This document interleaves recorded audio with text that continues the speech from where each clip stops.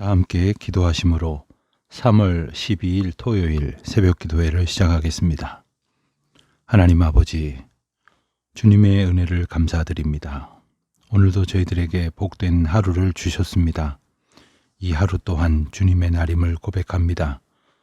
주님, 오늘도 저희를 지켜주시고 오직 주님의 사랑 가운데에 인도하여 주셔서 주님과 동행하며 주님이 저희들에게 말씀하시고 깨닫게 하시고 이끄시는 그 모든 바를 기뻐하며 살아가는 귀한 한날이 되게 하여 주시기를 기도드립니다. 하나님 아버지, 코로나19 그 감염병의 위세가 점점 날이 갈수록 거세지고 있습니다. 하루 확진자의 수가 수십만 명에 달하고 있습니다. 이제는 우리 이웃들 어디에서도 확진자가 발생했다는 소식이 낯설지가 않습니다. 하지만 이 어려운 시국에도 정말 저희들의 몸과 마음이 하나님의 은혜 가운데 거할 수 있도록 지켜주시고, 비록 감염병의 위험 속에서 저희들이 살아가고 있습니다마는 주께서 돌보시는 은혜를 베푸셔서 몸과 마음과 영혼이 늘 주님 앞에 합당하게 서도록 지켜주시기를 기도드립니다. 하나님 아버지, 특별히 감염되어서 확진되어 자가 치료 중인 우리 많은 교우들이 있습니다. 주님께서 저들과 함께하여 주시옵시고, 또한 그 치료의 과정 가운데에 은혜를 베풀어 주시사 속히 그 몸과 마음이 회복될 수 있도록 도와주시옵소서.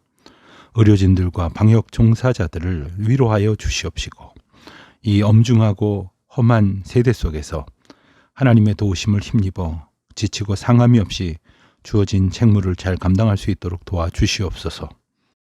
강원도와 경북 일원을 비롯한 동해안에서 발생된 산불로 인하여 서울시의 40%에 해당하는 면적이 불에 타버리고 말았다고 합니다.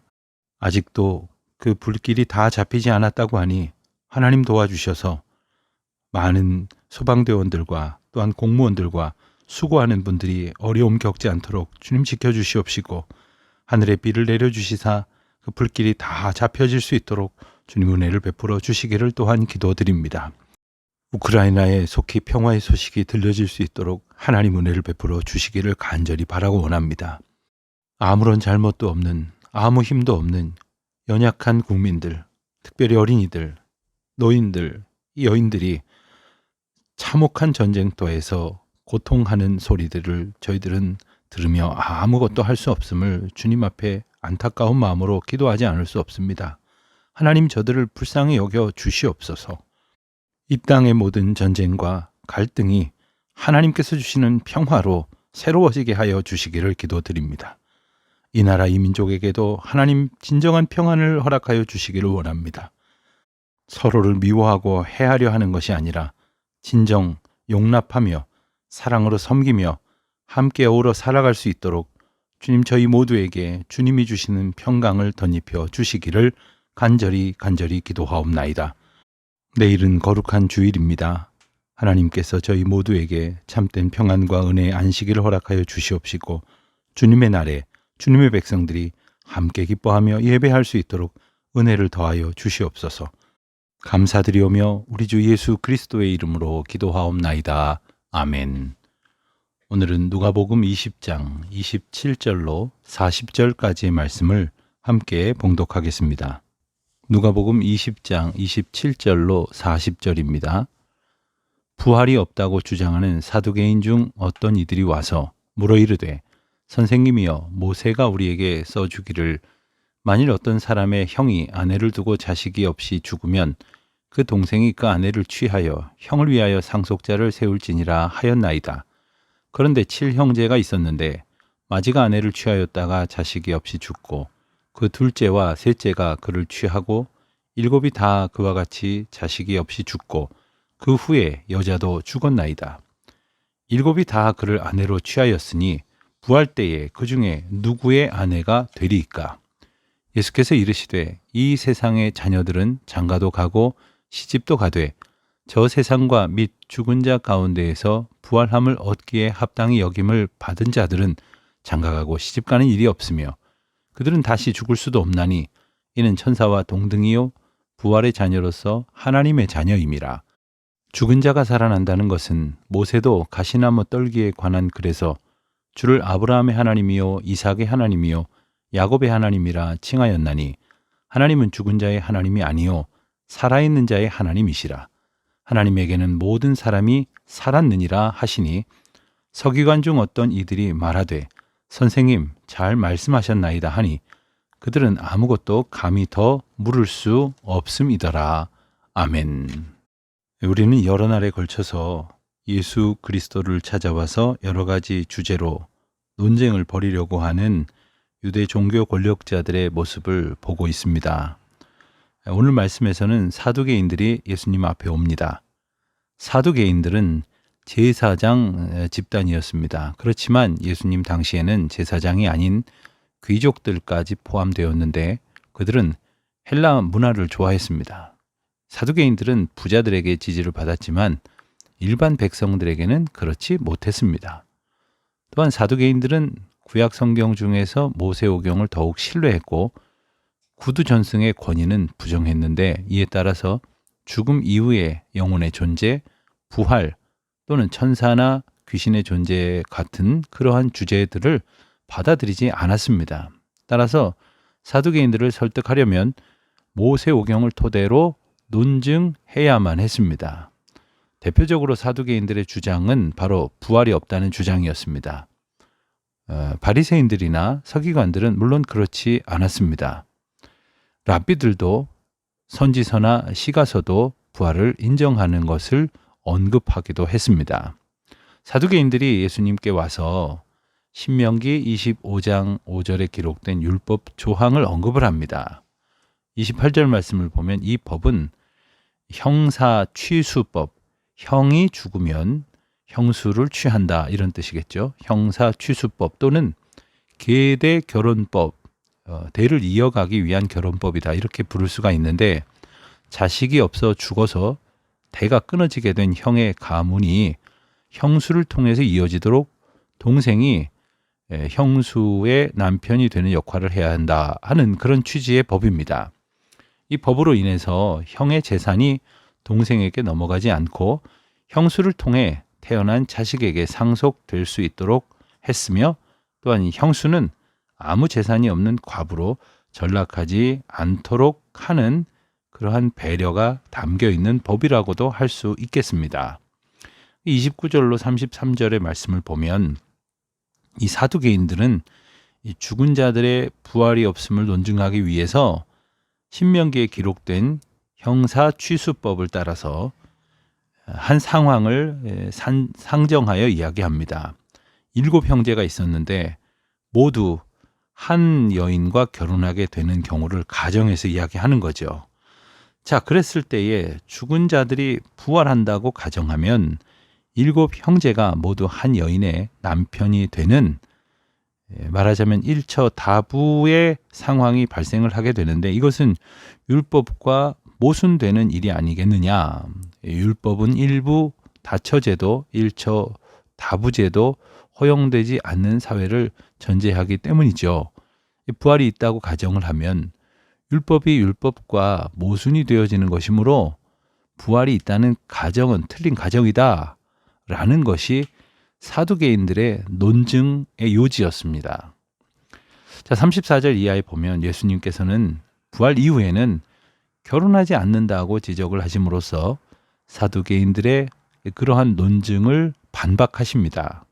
사두개인들의 논증은 부활 후에도 결혼한다고 전제할 때 효력이 있습니다. 부활 후에 결혼하지 않는다면 형사취수법이나 부활 이후에 결혼하지 않은 상태가 되어 서로 모순되어지지 않는 것입니다. 그러므로 모세오경에 따라 형사취수법과 죽은 자들의 부활을 받아들일 수가 있는 거죠. 예수님은 부활을 언급하시면서 35절에 보면 저 세상과 및 죽은 자 가운데에서 부활하다라는 이런 표현을 사용하셨습니다. 이 표현은 저 시대와 죽은 자들로부터 부활함이라고 번역될 수 있는 표현인데 여기서 저 시대와 죽은 자들로부터의 부활함이라는 표현은 평행한 것이 되므로 이 표현은 죽은 자들로부터 부활하는 저 시대라는 표현을 사용할 수 있을 것입니다. 이 시대에 부활하는 사람들은 현세와는 달리 결혼하지 않습니다. 이 본문은 표면상 이 세대에 합당한 사람을 언급하는 것이므로 부활하지 못하는 사람들이 있다고 전제하는 듯하지만 사도행전 24장 15절이나 계시록 20장 11절로 15절과 같은 본문에서는 악한 자들의 부활을 언급하므로 그렇게는 볼 수 없다고 할 수 있겠습니다. 부활의 시대에는 모두 부활하는 겁니다. 예수님은 부활의 시대에 관한 추가적인 의미를 일러주십니다. 이 시대에 부활한 사람은 죽지 않는다.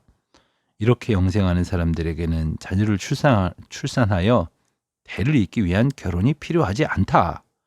내세의 부활이 이루어진 후에는 영생할 뿐 아니라 천사와 같은 상태가 되며 하나님의 자녀가 된다 하는 그러한 메시지를 분명히 일러주십니다. 또한 이 시대에 부활한 사람들이 천사와 같음은 외경에 바룩 이서라는 책이 있는데 여기서도 이제 표현이 된 부분이 있다고 우리는 기억할 수 있겠습니다. 그런데 사두개인들은 천사의 존재도 믿지 않았기 때문에 이러한 주장을 아예 받아들이지 않았습니다. 37절과 38절에 보면 예수님의 부활 논증이 조금 더 깊이 언급되어 있습니다. 구약 성경 선지서와 시가서에는 부활을 언급한 본문들이 많이 나옵니다. 욥기서에도 나오고 시편과 이사야서, 다니엘서에서도 언급이 됩니다. 예수님은 사두개인들을 설득하기 위해서 모세오경에서 부활을 지지하는 본문을 찾아 제시하시는 겁니다. 왜냐하면 그들은 모세오경만 붙들고 있었기 때문이죠. 그때 예수님께서 인용하신 구절이 바로 출애굽기 3장 6절입니다. 이 구절에서 하나님은 당신을 아브라함의 하나님, 이삭의 하나님, 야곱의 하나님이라고 모세에게 소개하시는 대목이 나옵니다. 이때 아브라함과 이삭, 야곱은 모두 죽은 자들이었죠. 예수님은 이 본문을 대전제로 사용하셔서 부활이 전제되어 있다는 사실을 분명히 논증하십니다. 예수님이 사용하신 전제는 하나님은 죽은 자의 하나님이 아니라 살아있는 자의 하나님이시라 하는 명제임을 38절에서 일러주십니다. 유대인들에게 하나님은 경배의 대상이며 경배하는 주체는 살아있는 자므로 하나님은 오직 살아있는 자의 경배의 대상이 되신다 하는 겁니다. 이제 이러한 전제들에서 결론을 이끌어내자면 하나님에게는 모든 사람이 살았느니라 하는 것입니다. 출애굽기 3장 6절은 하나님이 아브라함과 이삭과 야곱을 산자로 간주하셨다는 증거가 되는 거죠. 하나님은 모든 죽은 자를 산자로 간주하시기에 이들도 산자로 간주하셨을 것입니다. 하나님은 전능하심으로 아브라함, 이삭, 야곱에게 가능한 일이 모두에게 가능하도록 은혜를 주실 것입니다. 전능하신 하나님이 모든 죽은 사람을 살아있는 자로 간주하신다면 그들은 모두 부활할 수 있을 것이다 하는 것이 예수님의 논증의 핵심입니다. 자, 이와 같은 예수님의 논증에 동의하는 자들이 서기관들 중에 있었습니다. 이들은 아마도 바리새파 서기관들이었을 것입니다. 왜냐하면 그들은 죽은 자의 부활을 믿고 있었기 때문에 예수님의 논증을 아마도 기쁘게 받아들였을 것입니다. 이 바리새인들과 이 사두개인들이 가장 핵심적으로 부딪히는 어떤 이론적 충돌 지점이 어디냐 하면 바로 이 부활이라고 하는 주제 때문이거든요. 바리새인들은 부활을 인정하고 믿는 반면에 사두개인들은 그렇지 않기 때문입니다. 이 부활에 관한 이 상당히 중요한 주제를 일러주시는 이 본문을 통해서 우리는 예수님이 부활을 믿지 아니하는 사두개인들에게 부활이 확실히 있다는 그러한 가르침을 주신다는 사실을 보게 됩니다. 사두개인들이 율법을 하나님의 말씀으로 인정하고 믿으면서도 또한 그 율법이 일러주시는 그 뜻을 자기들 본의대로 이제 해석을 하는 까닭에 이와 같은 예를 들어서 설명을 했지만 예수님은 부활은 확실한 약속이며 부활은 우리가 보고 우리가 인지하고 있는 이 현세와 분명히 다르다는 말씀을 일깨워 주시는 것입니다. 그렇습니다. 부활은 바로 예수님이 친히 보여주신 확실한 약속 아닙니까? 예수님께서 부활의 첫 열매가 되어주신 은혜를 우리에게 이미 베풀어 주셨지 않습니까? 이제 우리가 지금 사순절을 지나고 있는데 사순절이 맞춰지게 되면 부활의 기쁨을 다시 한번 뜨겁게 크게 고백하고 느끼는 날이 오게 될 것입니다. 예수님을 영접한 사람들은 이와 같은 부활의 영광에 참여하게 될 것입니다. 그렇기 때문에 우리는 우리 삶에 닥친 여러 고난 때문에 낙심하거나 절망할 필요가 없습니다. 지금 이 삶이 끝이 아니기 때문입니다. 부활의 날에 하나님은 우리 모두의 눈물을 닦아주시고 영원한 기쁨으로 우리를 위로하실 것입니다. 때로 우리가 사랑하는 가족들이나 친구나 이웃이나 사랑하는 사람의 죽음 앞에서 큰 슬픔과 상실을 경험하게 될 때가 있습니다. 정말로 더 이상 마주할 수 없는 그러한 결말로 끝이 난다고 하면 참 얼마나 마음이 아프고 힘이 들겠습니까? 그러나 주님은 분명히 모든 사람의 부활을 주님의 은혜 안에서 약속하셨습니다. 이제 주님 나라에서 다시 사는 기쁨과 함께 이제는 다시 죽음을 두려워하지 않을 평안을 누리면서 살게 하실 부활의 은혜를 오늘 본문을 통해서 다시금 일깨워 주셨다는 것을 기억하며 우리도 부활의 소망을 가지고 이 땅을 살아가는 저와 여러분이 되시기를 우리 주님의 이름으로 축원드립니다. 기도하겠습니다. 하나님 아버지, 주님의 은혜를 감사드립니다. 이 땅에 매여 살아가는 저희들이 하나님께서 약속하신 진정한 부활의 의미를 알지 못하여 두려움도 근심도 염려도 없는 은혜 가운데 허락하신 천국의 소망을 온전히 품지 못하는 자들로 살아가고 있을 때가 많습니다. 주님, 저희와 함께하여 주셔서 이 땅에서의 은혜뿐만 아니라 주님 나라의 평강을 약속하신 그 은혜와 부활의 소망을 품고 살아가는 저희들이 다 되게 하여 주시옵소서. 예수님의 이름으로 기도드립니다. 아멘. 하늘에 계신 우리 아버지, 아버지의 이름을 거룩하게 하시며 아버지의 나라가 오게 하시며 아버지의 뜻이 하늘에서와 같이 땅에서도 이루어지게 하소서. 오늘 우리에게 일용할 양식을 주시고 우리가 우리에게 잘못한 사람을 용서하여 준 것 같이 우리 죄를 용서하여 주시고 우리를 시험에 빠지지 않게 하시고 악에서 구하소서. 나라와 권능과 영광이 영원히 아버지의 것입니다. 아멘.